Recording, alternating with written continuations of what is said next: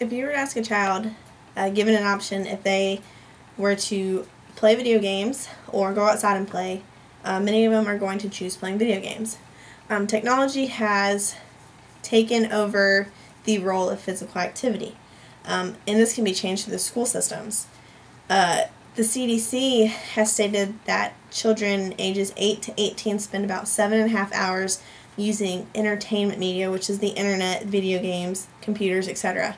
As a society, we should impose the importance of physical activity and physical educations in the schools. And today I'm going to be talking about 3 solutions that could possibly prevent physical education programs being cut. Solution number 1 would be free classes and organizations coming into the school. Solution number 2 would be set goals and incentives and also alternatives through the school. And 3 would be training teachers for proper training to teach physical education. Solution number 1 would be free classes and organizations coming into the school. These free classes would be given by health providers, health professionals, just to give information to parents and guardians and adults, information to allow them to understand why physical education is important and why they need to, their students and their children need to be physically active. This can also be carried home with them, the information that they learn. It's almost like monkey see, monkey do. If a parent is exercising and eating healthy, a child's going to want to do the same thing. This also allows them to get the family more involved with leading a healthier lifestyle. Along with that, having organizations come to the school, there's an organization called Keep Gym, and it is organized with the NFL, and what they do is they come in the schools and they raise awareness of being physically active and healthy lifestyles, and they actually give out grants to schools to help rebuild their physical education programs. And of last year, in 2010, Keep Gym gave a grant to a Cobb County school in Atlanta, Georgia.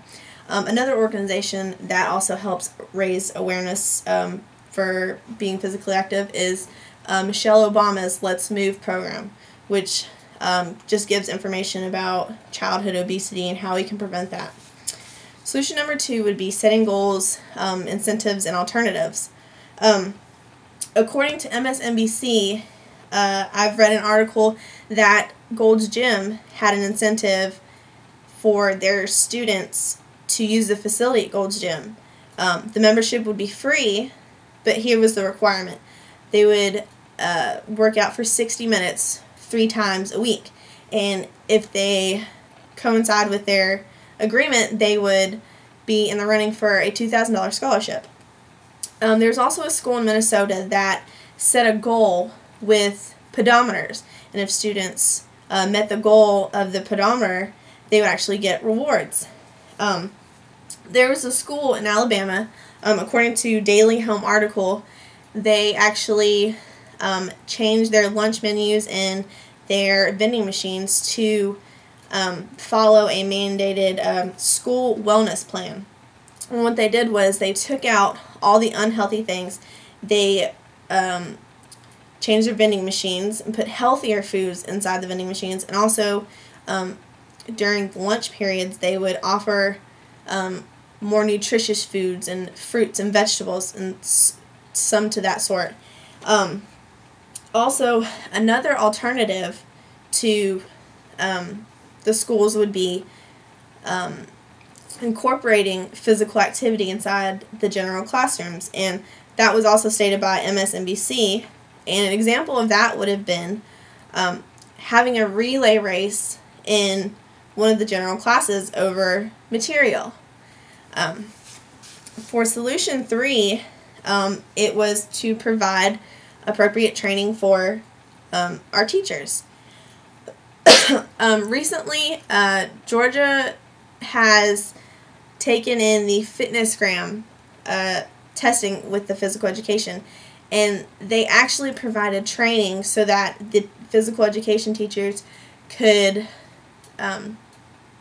appropriately administer these kinds of tests. And also with CATCH, CATCH was an organization called Coordinated Approach to Child Health.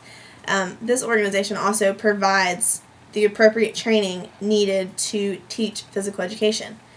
As a society, we should be concerned with the health and the physical well-being of our students and children. With the following solutions that I have proposed with you, the free classes and organizations coming into the schools, the goals and alternatives and incentives through the school, and also providing training, appropriate training for the teachers to teach physical education, I think physical education programs can be saved from being cut.